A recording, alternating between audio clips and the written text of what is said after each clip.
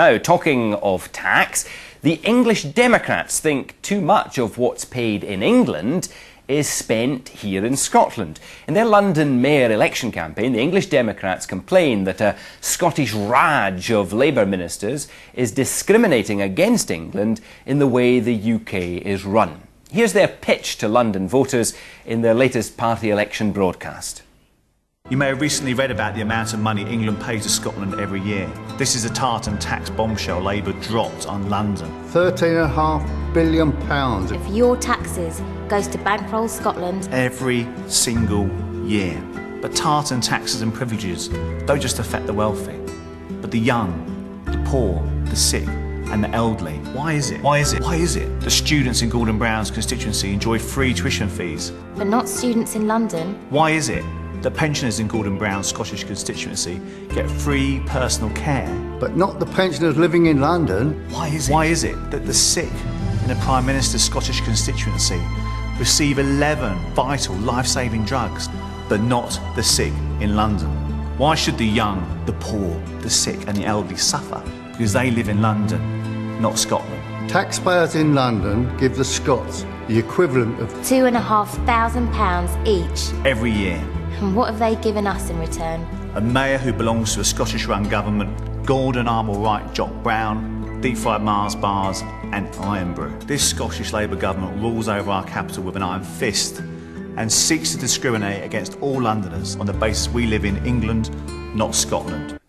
Well, in Southampton now is the English Democrats' candidate for London Mayor, Matt O'Connor. What is it that you've got against us Scots?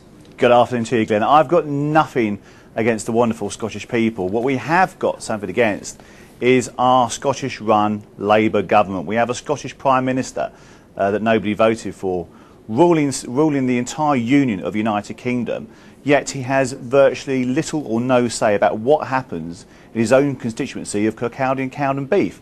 And I think people in England are actually beginning to rise up and get smart, get wise to the fact that whilst the Scots are getting many benefits, we are still being ruled by very many Scottish people. We have a Scottish Prime Minister, we have a Scottish Chancellor, we have a Scottish Secretary of Defence, we have a Scottish Speaker of the House of Commons. But aren't they acting in the interests of everybody in the United Kingdom?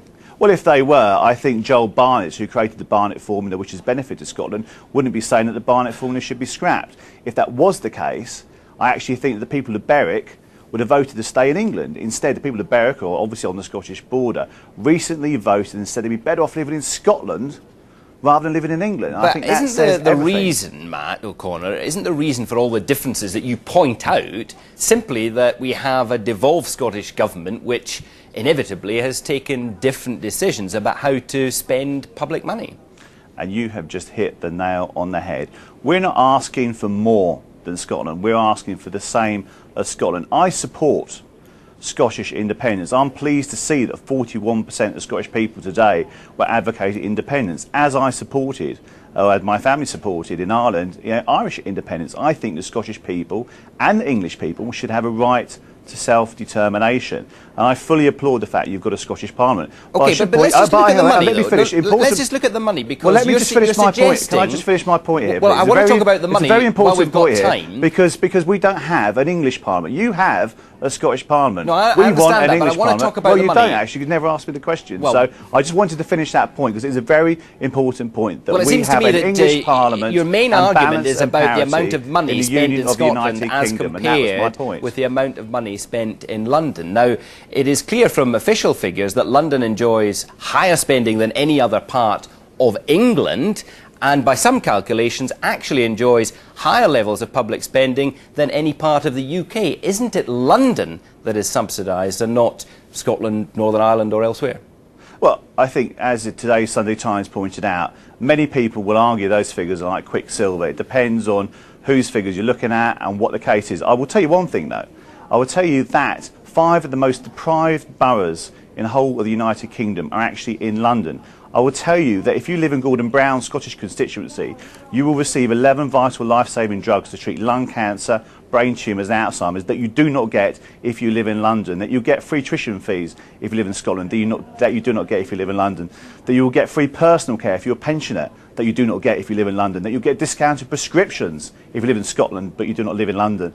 Those are the points. There is a disparity in the union. But maybe that's an argument for having an SNP London mayor rather than... Well, that's exactly what you're looking at. I mean, to be quite honest with you, I am the mirror image of Alex Salmond, possibly only better looking, hopefully. But that is what you're looking at, is the exact mirror image of the Scottish National Party south of Hadrian's Wall. Well, he would say that, first of all, that Scottish Oil has been bankrolling the UK Treasury for decades. He would also complain, as he does today, that £184 million in lottery cash has been diverted away from Scottish good causes to pay for Olympics. Well, I thought the Olympics, our Scottish Prime Minister, from Scotland, talks about our Olympics, benefits Scotland, benefits England. But we can go on about... So he is governing for the whole of the country then? Well, I don't know. I'm just challenging you. I mean, I would sooner see Gordon Brown repatriated back to Scotland, frankly. I mean, the point is, there's a very serious debate here to be had. All I'm doing, and all the party is doing, is actually raising the issue about whether or not there should be a Scottish Parliament. If there's a Scottish Parliament, should there be an English Parliament? I think there should be. I think the Labour Party started this when they created devolution. We had balance between the nations prior to devolution. We now have imbalance. We have a democratic deficit. You know, there should not be these differences between the countries, but there are. And now Labour has let the West Lothian question rumble on for the last 30 years. I think Alex Salmond's trying to answer that question in Scotland, and I think I'm trying to answer that question in England. OK, nice to talk to you, Matt O'Connor. It's been a pleasure. Thank you very much. Thanks very much indeed. Matt O'Connor, live from Southampton. And if you're a voter in London, there's lots more on the mayoral election there, including details of all the candidates on the BBC's website.